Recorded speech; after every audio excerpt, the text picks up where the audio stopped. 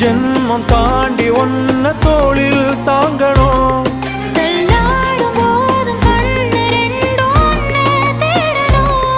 உயிர் விட்டு போகும் அந்த நொடியில் ஓருவம் முன்னால் வரணும்.